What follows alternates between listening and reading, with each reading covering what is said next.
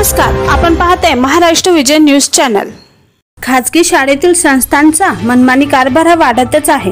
शाळेतील फी वसुली सोबतच शासनाद्वारे दिला जाणारा निधी देखील विद्यार्थ्यांना सोयी सुविधा न देता खाजगी संस्थांनी हडप केल्याचा प्रकार समोर आला आहे। अकोटफेल पोलीस स्टेशन हद्दीतील मिल्लत उर्दू प्राथमिक तसेच दामिनी मिल्लत माध्यमिक उर्दू शाळेच्या पायाभूत सोयी सुविधा विकास कामासंबंधी शैक्षणिक सत्र 2009 ते 2023 या कालावधीमध्ये महाराष्ट्र राज्य अल्पसंख्याक विभागाअंतर्गत प्रतिवर्ष मिळत असलेले 2 लाख रुपये निधी अंतर्गत झालेल्या विकास कामासंबंधी माहितीचा अधिकार अंतर्गत माहिती मागविण्यात आली असता सदर शाळेचे संचालक यांनी माहिती न देता उलट धमकी देऊन माहितीचा अर्ज मागे घेण्यास सांगत आहेत। याबाबत 21 ऑगस्ट 2023 ला सविस्तर प्रकरणाविषयी वरिष्ठ अधिकाऱ्याकडे सविस्तर तक्रार दाखल केली होती। शाळेमध्ये सुरू असलेल्या भ्रष्टाचाराची सखोल चौकशी करून शाळेचे परवाने रद्द करण्याची मागणी निवेदनातून करण्यात आली। यासाठी 26 सप्टेंबर 2023 ला जिल्हाधिकारी कार्यालय अकोला समोर एक दिवसीय धरणे आंदोलन करण्यात आले।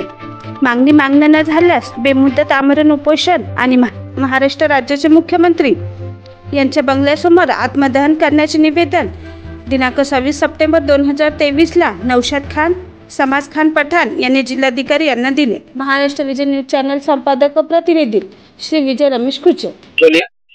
अकोटफैलामध्ये आजीनगर इथे मिल्लत उर्दू शाळा आहे आणि सलामनगर मध्ये इथे मिल्लत तनवीर मिल्लत आहे आणि भारतनगर मध्ये तामिर मिल्लत आहे।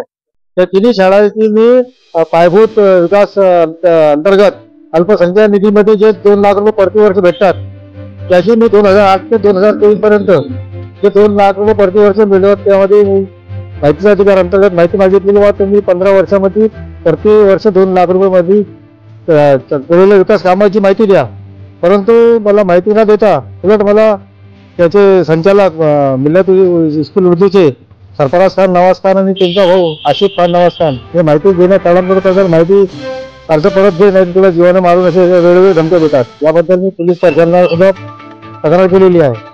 आज मी त्यासाठी एक दिवस धरणे आंदोलन करावं जिल्हाधिकारी कार्यालयासमोर।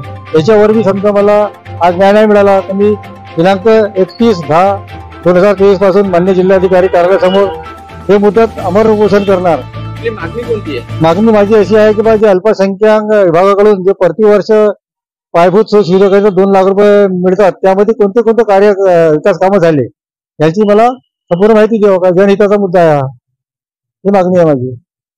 आज समजा मला याच्यावर न्याय नाही मिळाला तर मी दिनांक 31/10/2023 पासून मान्य जिल्हाधिकारी कार्यालयासमोर बेमुदत अमर उपोषण करेन।